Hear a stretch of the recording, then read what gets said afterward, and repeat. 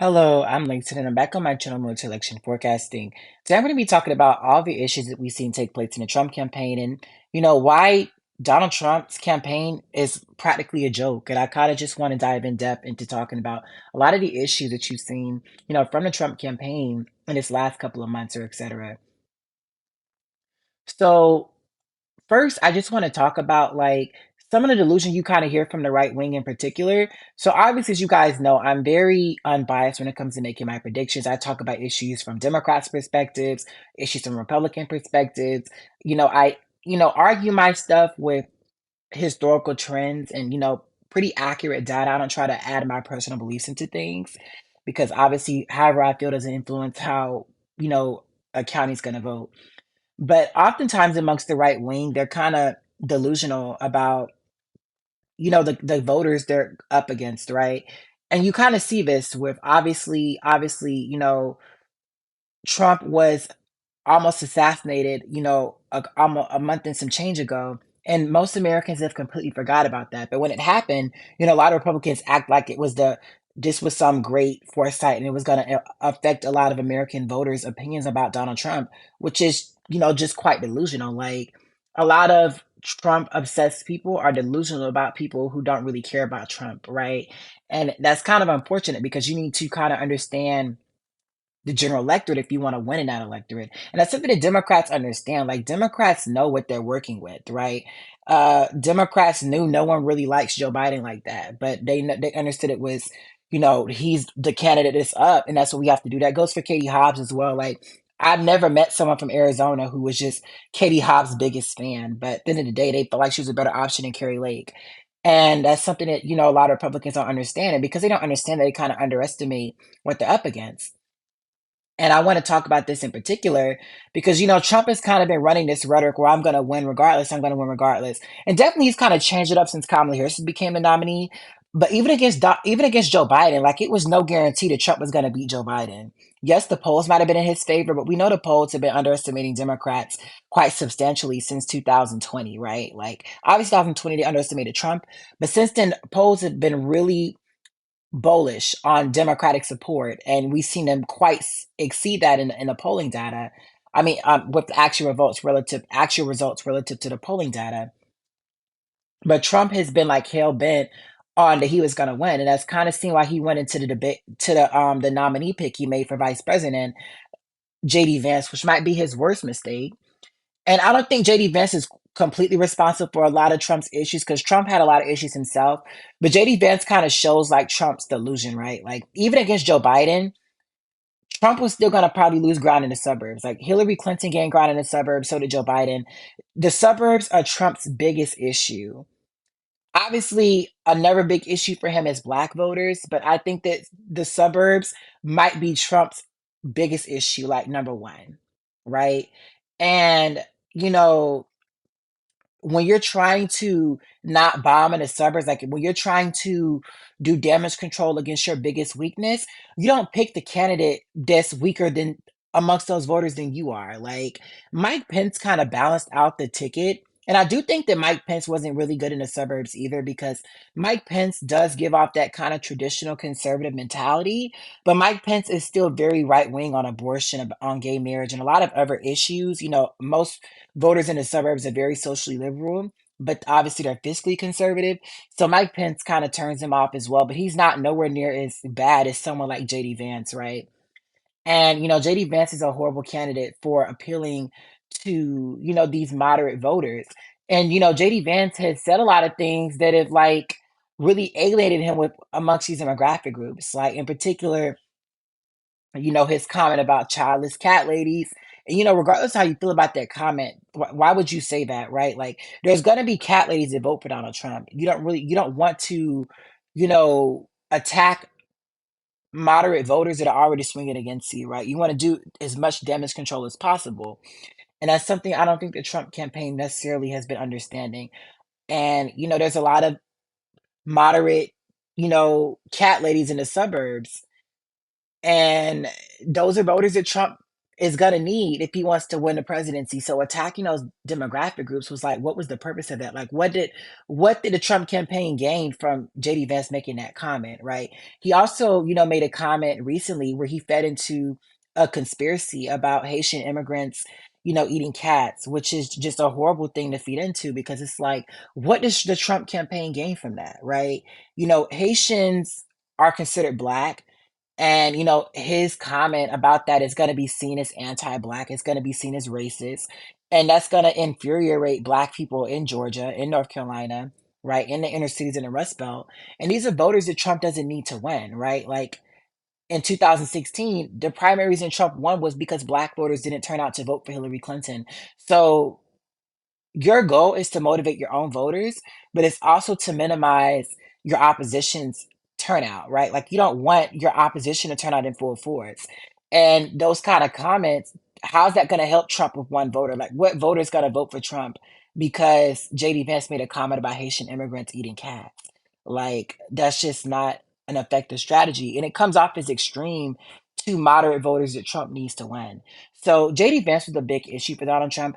Obviously, I don't buy into the rhetoric that Glenn Youngkin or, Doug Burgum or whoever would have saved Donald Trump, but you get the point. Like JD Vance is a horrible candidate for the suburbs, like for the type of voters that Trump needs. Trump lost primarily because of the suburbs in 2020. And I think it's delusional to think he's going to do better in these areas regardless of the circumstances because they're so left trending. But you can do damage control, right? Like if Trump is only doing a couple points worse in the suburbs, and he's able to really get a boost in working class voters, that's a coalition he could overcome. But if he's losing 5, 6, 7% in the suburbs, if he's losing, some substantial ground in the suburbs, it makes it, almost impossible for him to, overcome that. Coupled with, strong black turnout, right? When you're attacking Haitian immigrants. And, Kamala's strongest demographics was black voters anyway. So, adding fuel to the fire, when Trump already made the comment about black jobs, about numerous other stuff that, black voters took issue with, it was just very foolish to even open that can of worms. Like sometimes you got to touch shit with a 10-foot pole. And another issue, you saw with the Trump campaign was recently, Trump gave an answer about abortion, and he was like, I'm voting, down that amendment to ban abortion in Florida. And Trump said he agreed with it. Like he was like, I think the 6 weeks is too short in terms of deciding pregnancy or deciding abortion. And most Americans agree with that, like by and large. And Trump kind of got backed out of that statement, which was like Donald Trump was right with his first answer from a political perspective. And yes, I know there was a lot of pressure from right wing people on social media about Trump needs to take it back. He needs to, stand hard line on the pro life movement. But the pro life movement is a losing movement in terms of electoral politics. The abortion referendum has not passed in one state, even in red states like Kansas and Ohio, like in Kentucky. It's a failing movement, and Trump should not engage with that argument. Hardline conservatives already know Trump got Roe versus Wade overturned, and that's a huge issue for him in the suburbs already because there's a lot of moderate Republicans who would do agree with abortion rights, even a lot of Trump supporters, right? And we've seen that. So for Trump, distancing himself from that kind of rhetoric was a very smart idea. And I don't believe without any part of me that you would have seen a realistic amount of pro-lifers not vote for Trump. Like I think they were trying to get some concessions, but they're not serious. And it's just a difference from what we see from the Democratic side, right? Because leftists and pro-Palestine leftists have been begging Kamala Harris to take up their cause and kind of tie herself into the Palestinian cause. In particular, she's distanced herself from that. She doesn't want to be affiliated with any kind of radical movement because they can associate her with dealing with Hamas and defending her jihadists. And obviously, that's not what that movement might stand for, but obviously, their perspective. And she doesn't even want to open up that can of worms. Like, she just chooses to ignore it. Does she get backlash from a lot of leftists online? Absolutely. But she keeps going, right? But when you have Republicans breaking bread with white nationalists, breaking bread with these hardline pro-lifers, like these are demographic groups that are unelectable from like being realistic.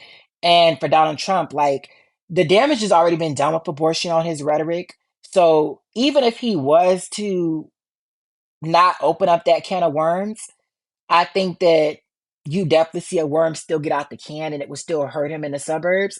But forcing yourself to really get involved is a very bad, like, is a very slippery slope. And he's sliding down a damn hill. Like, that's all you can say, like, in terms of addressing that. And it's like, distance yourself from these people so you can try to win back some of these voters, or at least stay competitive with these voters you need to win. Like Trump is running this campaign that you've seen that Kerry Lake has ran, that you've seen Doug Mastriano run, and numerous other these right wing Republicans who failed. And obviously Trump has more appeal than them, but Trump is a bad candidate in the suburbs, and that needs to be acknowledged. And Trump's campaign should understand Trump's weaknesses. Trump knows that if black voters turn out in full force, Trump can't win. Like he knows they should know if Trump loses more ground in the suburbs, Trump can't win. And it's like they don't really understand that. Like focus on the economy, focus on, immigration. And these are issues that are somewhat strong. I do want to say I think a lot of Republicans are delusional about immigration because, you know, the economy is an effective strategy for suburban moderates. I don't think it's going to win them back, but it can definitely stop a sizable amount of them from shifting to Democrats, right? You want to do damage control. The economy is not that I mean, the immigration is not that strong of an issue for suburban moderate voters because that's not really an issue they really deal with too much. More so economic issues, but it is effective for working class voters in the Rust Belt. But that's nothing if you're motivating black voters to come out in huge support in Detroit, in Philadelphia, Milwaukee, because you attacked Haitian migrants, right? Like, or, you're motivating childless cat ladies in the Philadelphia suburbs, in Chester County, in Oakland County, and the WOW counties, to shift dramatically against you because you attack those demographic groups. You don't want to attack a demographic group and then look stupid when those voters shift against you, right? You saw Hillary Clinton do that when she called, Trump supporters basket of deplorables, right? Like calling a group of people deplorables, in particular working class people, it came off as an issue, and obviously that kind of hurt her campaign. Trump, is hell bent on alienating voters, in particular moderate suburban voters, right? Like the few moderate suburban Republicans who do support Trump, he's quick to call them out, and it makes him look like he requires blind loyalty, and that's an issue because we know that a lot of moderate Republicans care a lot about ethics. They care a lot about perception. And, Trump doesn't really care about that. And that is something he needs to do. So going into this debate, Trump needs to try to moderate himself as much as possible. Like Trump is trying to not bomb in the suburbs, right? All these working class voters are going to vote for Trump anyway, right? Like Trump support, he already like there's very few voters who aren't going to vote for Trump that will be considering voting for him by election day, right? All Trump can do is do damage control. And that is a sizable path for him, right? But if Trump gets in a debate and he starts talking about black jobs, right? Now he's motivating voters, black voters across the country to turn out against him, which is the worst thing for him. If he starts, taking a hardlining approach on abortion or even, leaving it up to the states, most voters don't really care about any kind of compromise with abortion. And that's something Republicans found it hard in 2022. Like abortion is not an issue that you can really compromise on. It's all or nothing to the American voters. And, even addressing the issue at all is a losing issue for Republicans. So he needs to find a way to distance himself, but still, be able to appeal to his base, which I think that he would do if he just shut up. Realistically, I think Trump should just shut up. Like, I think if he was to just shut up, maybe hide in his basement, hide JD Vance, like shut JD Vance up, he'd be in a better situation. But he keeps saying a lot of toxic stuff, and that's been an issue. The last one I want to bring up is, earlier he made a comment a lot of people thought was very controversial and very negative to his campaign about Kamala Harris's race. Personally, I thought the rhetoric was smart because, it's been a lot of rhetoric from a lot of black Trump supporters that, Kamala Harris isn't black or, she's only using her blackness when it's beneficial, which is something that you do see a lot of biracial people do. But this is coming from people who picked Amber Rose to speak at the DNC, who is someone who has used blackness when it's beneficial. So obviously that's a slippery slope. But regardless, like you want to minimize how much black voters identify with Kamala because that could be the election, right? Obviously, it's foolish for Republicans to think they can take a substantial amount of black voters away from Democrats. But if they can stop a couple black voters from voting for Kamala, like that's a benefit from them. But it becomes an issue when Trump himself becomes the face of that because now black people know that Trump is the one pushing this rhetoric himself, right? If Trump would have just let his supporters and let certain black people question Kamala Harris's blackness, people would have been willing to listen to it.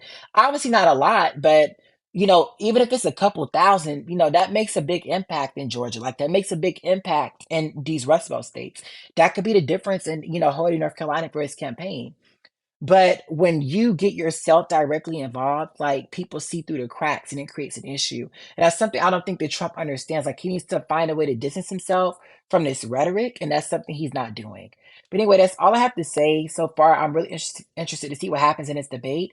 I'm going to be kind of talking about it a little bit. In these upcoming days, I'm going to be trying to upload a lot more for you guys.